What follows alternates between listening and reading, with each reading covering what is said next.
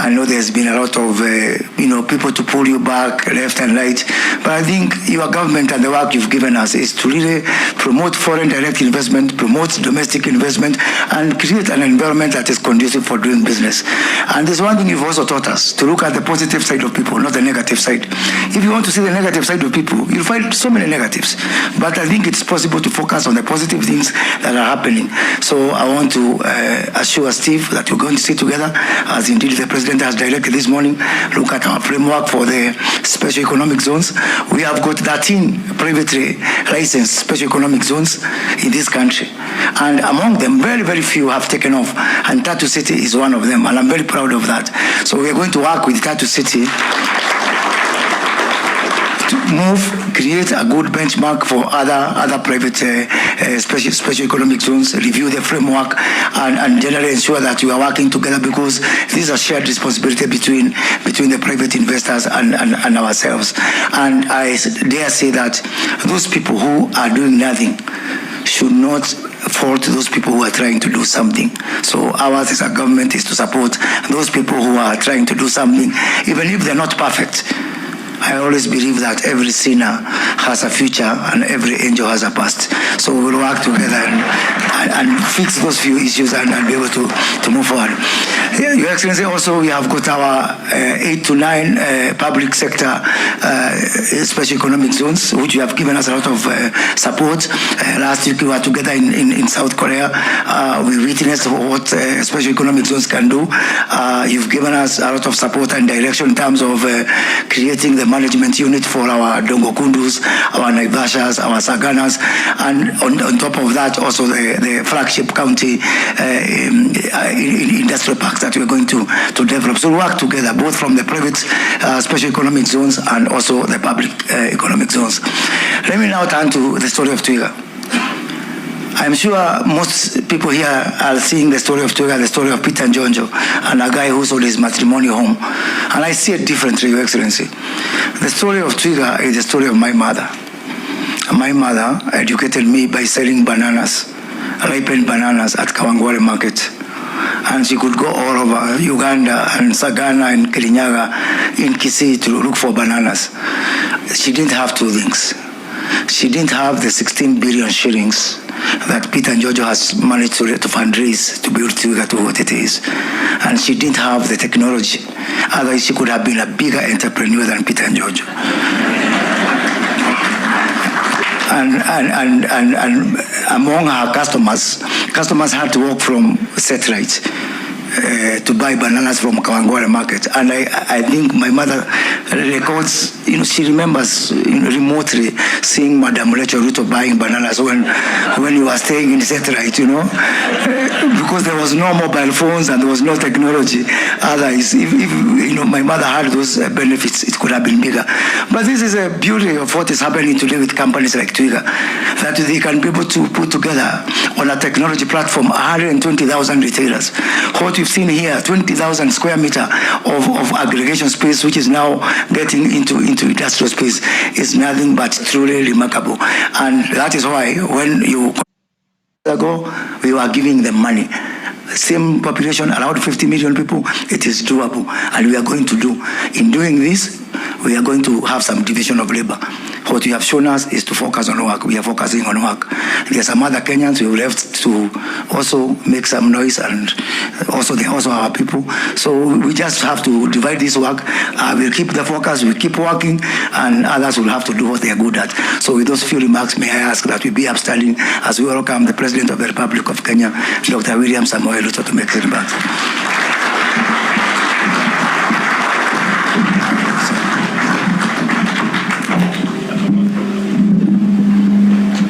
Sorry. Good morning, ladies and gentlemen, and please let's take our seats. Thank you very much.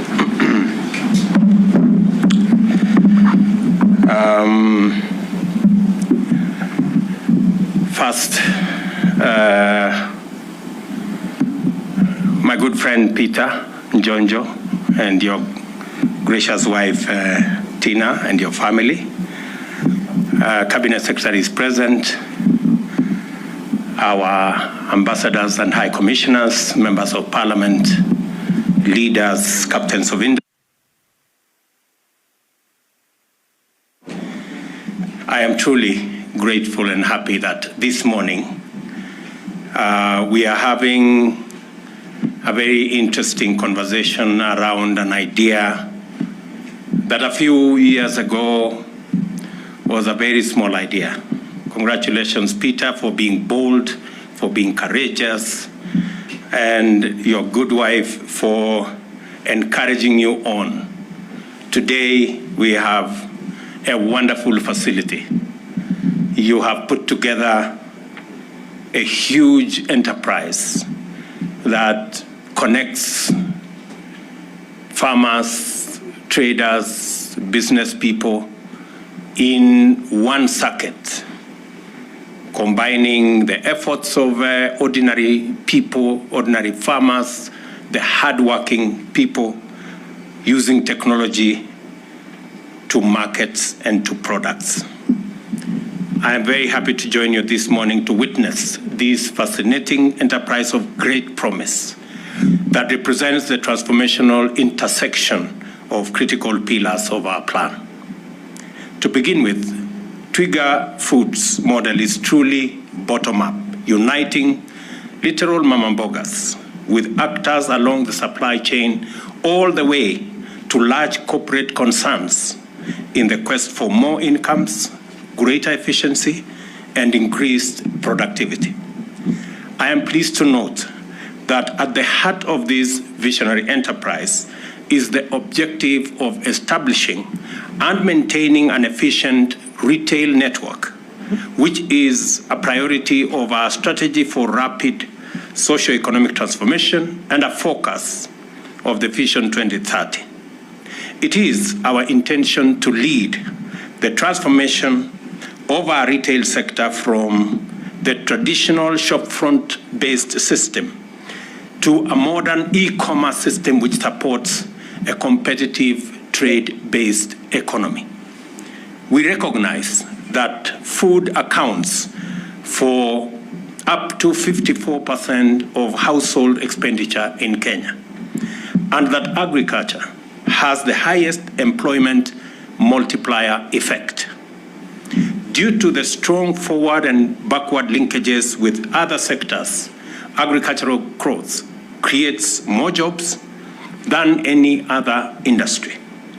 We also realize that agricultural productivity has key pillars of our transformational agenda, that is manufacturing and the micro and small enterprise, strongly feature actors in the agricultural value chain. I note that efficient aggregation, rapid transformation, and effective network of preservation and storage facilities are indispensable for sophisticated agro-industrial production and export manufacturing.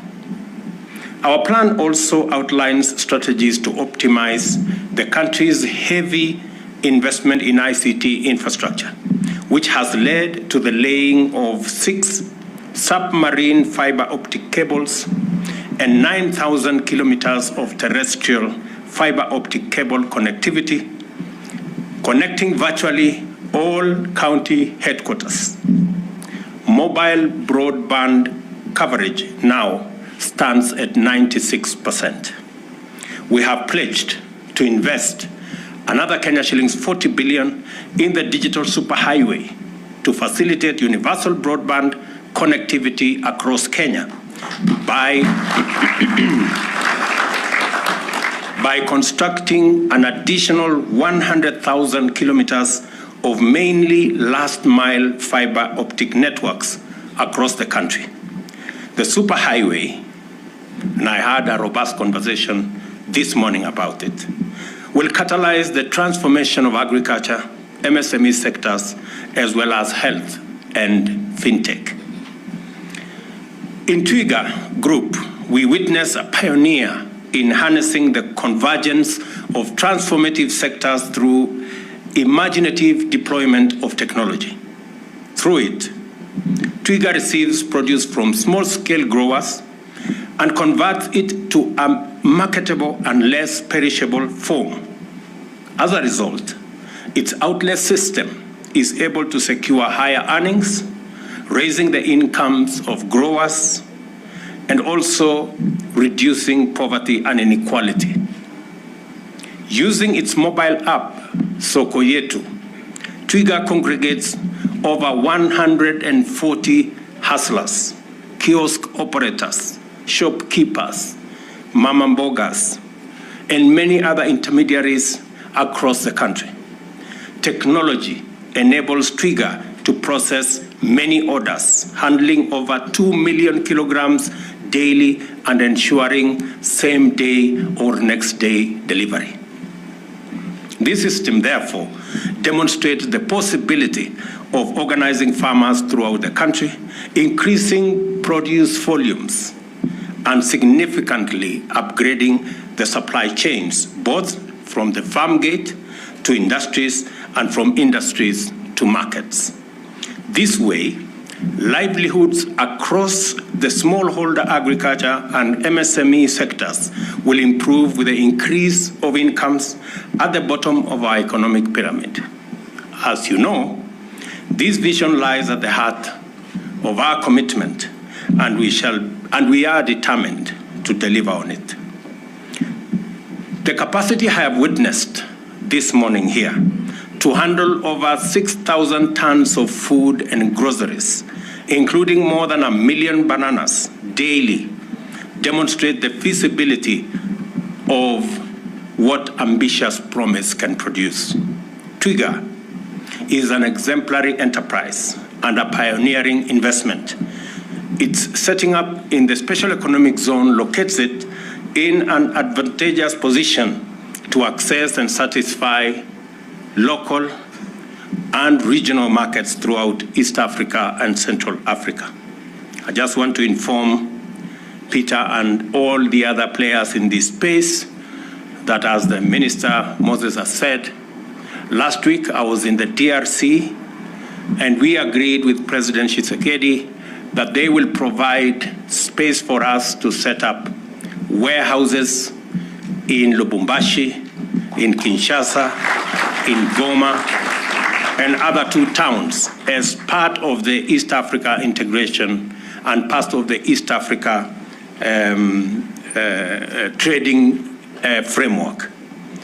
We are encouraged by the possibilities demonstrated by Twiga's model, especially in the potential to complement government drought mitigation efforts by resolving supply chain and distribution constraints that exacerbate food shortages during drought. Our vision for agriculture-led growth entails establishing at least 1 produce consolidation and distribution center in every county.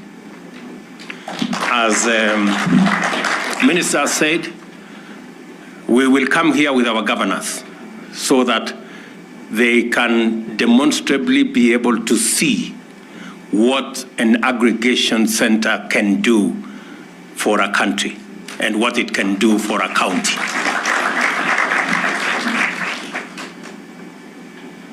In turning each county to a produce aggregator, we desire to create opportunities for small, independent retailers to participate in local and international trade by facilitating better market access. You will be encouraged to understand that the market preferences we negotiated under the tripartite and Africa Continental Trade Area frameworks will confer a distinct competitive edge to the products you process over their imported equivalents. And again, we will be having a conversation today about the integration of our region, resolving conflict challenges in our region so that we can have the possibility of driving trade, especially intra-Africa trade, from the paltry 13–15% at the moment to 60–70%, because therein lies the greatest opportunity for our trade. I was very pleased when Peter, when he was showing us around, he said, that initially they thought they were going to work on the export market. But they discovered that the local market has a greater opportunity. And they have been working on the local market. And slowly, once we cover the local market, then, Peter, you can have the opportunity to go for your dream, which is the export market, and we are going to work with you all the way. I also encourage you to venture and establish presence, as I have said, in EAC and eventually in our continent, because already we have set the parameters and we have created the trade infrastructure through the EAC framework, through the Africa Continental Free Trade Area, through the tripartite agreement, both in EAC, in COMESA, and in SADC. The infrastructure to facilitate trade in our region is in place. It is now for investors like Peter and all the others to take advantage of the policy framework and the trade frameworks that exist to leverage on ensuring that you grow your enterprises and you support our farmers to be able to access better incomes as we ensure that our continent is prosperous.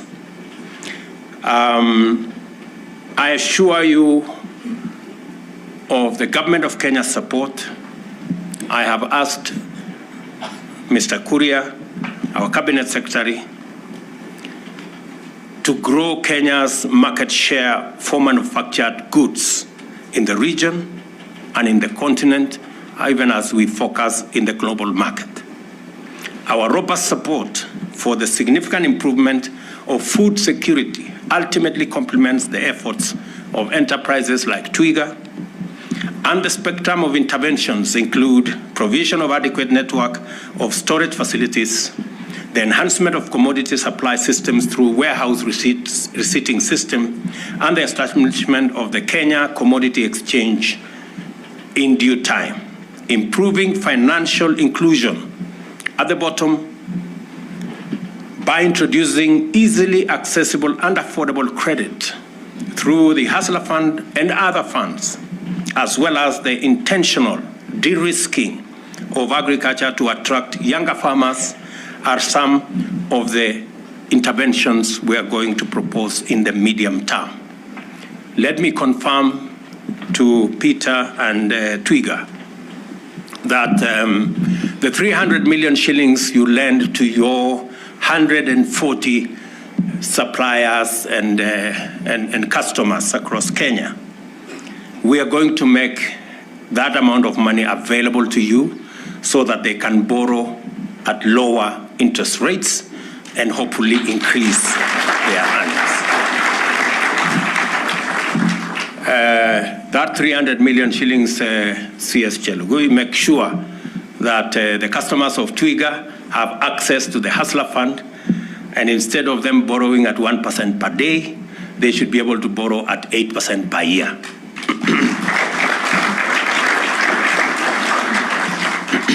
Furthermore, we are committed to addressing unfavorable aspects of the regulatory environment, high cost of energy, and to rebooting the fertilizer supply chain. We shall engage the Council of Governors, as I have said, to rationalize the multiplicity of inter-county regulatory regimes, and that fertilizer prices and other commodities and other inputs make commercial sense to all our small-scale farmers. Additionally, I have directed the Ministry for Trade and Investment to facilitate your effective and meaningful participation under the Special Economic Zones Act so that we can eliminate the challenges that continue to exist in making it easy for enterprises to do business in our Special Economic Zone. Otherwise, they will have no meaning. So, Minister, make sure players in the industry, people like the Tatu City community, bring their ideas, bring their suggestions, we can carry them on board so that we can have a regulatory framework that favors growth of enterprise, both for local consumption of goods that are processed and for our international market as well. This will promote, as I have said, robust participation and effective representation in policy making to create a much more conducive business environment. We are engaging holders of capital, like pensions and venture capital funds, with a view to putting together a framework for them to participate in emerging opportunities by investing in startups like Twiga in order to create jobs and propel Kenyan enterprises to the next level by innovation and thereby transforming our economy. Finally, ladies and gentlemen, I reiterate my appreciation of Twiga's pioneering venture, which showcases the convergence of transformative interventions in a single enterprise, and salute its demonstrated ability to score highly in unlocking potential to accelerate growth, create jobs, eradicate poverty, and strengthen our international trading position. There is substantial complementarity between government and private sector, both in strategy and underlying incentives. Constructive engagement and effective collaboration holds tremendous promise to overtake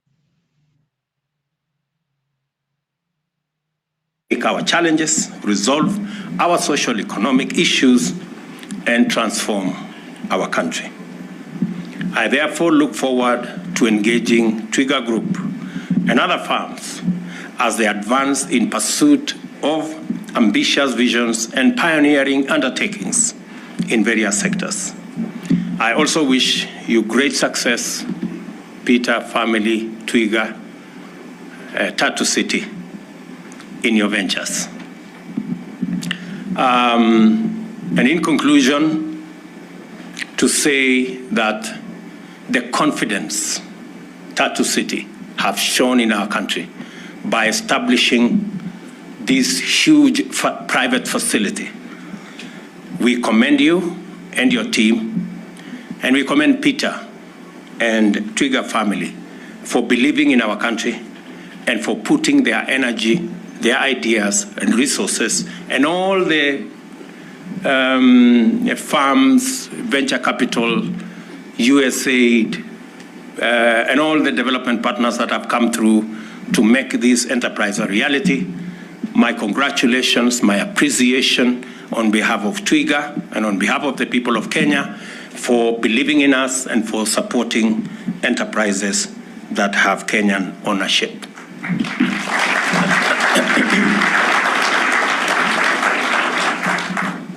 We look forward to doing this together. We are working with our farmers. We have some of the most hardworking farmers anywhere in the world. And progressively, through aggregation, through agro-processing, we will continue to provide facilities in our special economic zones, in our industrial parks around the country, and work with other development partners to make sure, and all other enterprises to make sure that we create the best possible opportunity for us to grow our country and to grow our economy. So I look forward to working with all the stakeholders in this sector. The government of Kenya will continue, we will continue to play our part. We will support our counties.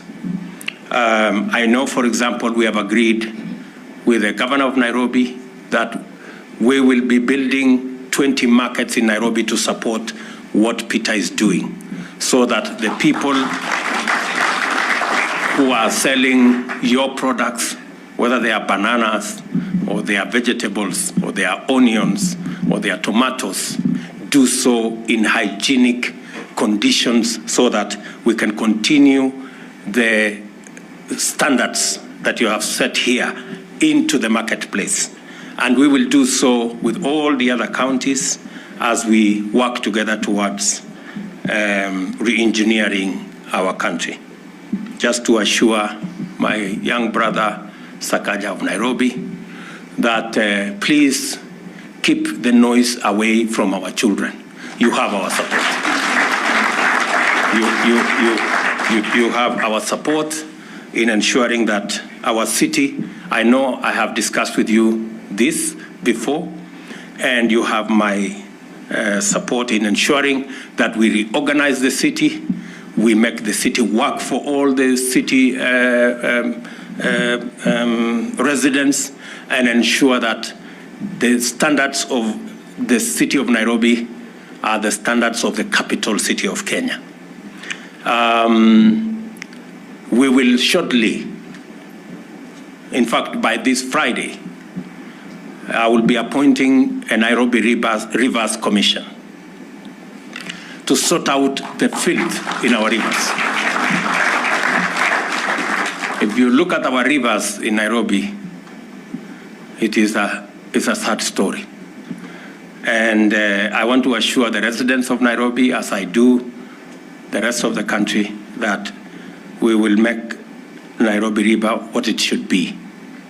A place that people can enjoy, a place where enterprise can grow, and we will get rid of the sewage, and we will get rid of all the other affluence and effluents that are going into the city of our city rivers.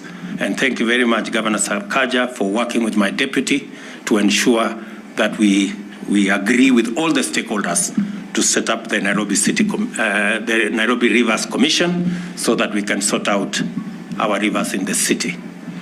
And in conclusion, just to say that we are consolidating our country. We are reorganizing our country. I want to tell our brothers in the opposition to work with us, to criticize whatever they want to criticize, but let's keep the country peaceful. That's all we're asking. We want everybody to do their job, right? We want to do our job, and we wish well the opposition in doing their job, but they should do it peacefully. I do not think organizing demonstrations and getting Kenyans to do the things they want Kenyans to do is part of holding any government to account. They are free to criticize what we are doing. That's okay with us, and we appreciate, but I want to encourage them not to drive Kenyans against one another. Street demonstrations, street fights should not be part of the script of any responsible opposition, unless they want to be a dictatorial opposition, which I don't think that's where they want to go, because that works for nobody. It doesn't even work for them. So I want to say thank you very much. I look forward to working with all of you, and I wish you well. God bless you.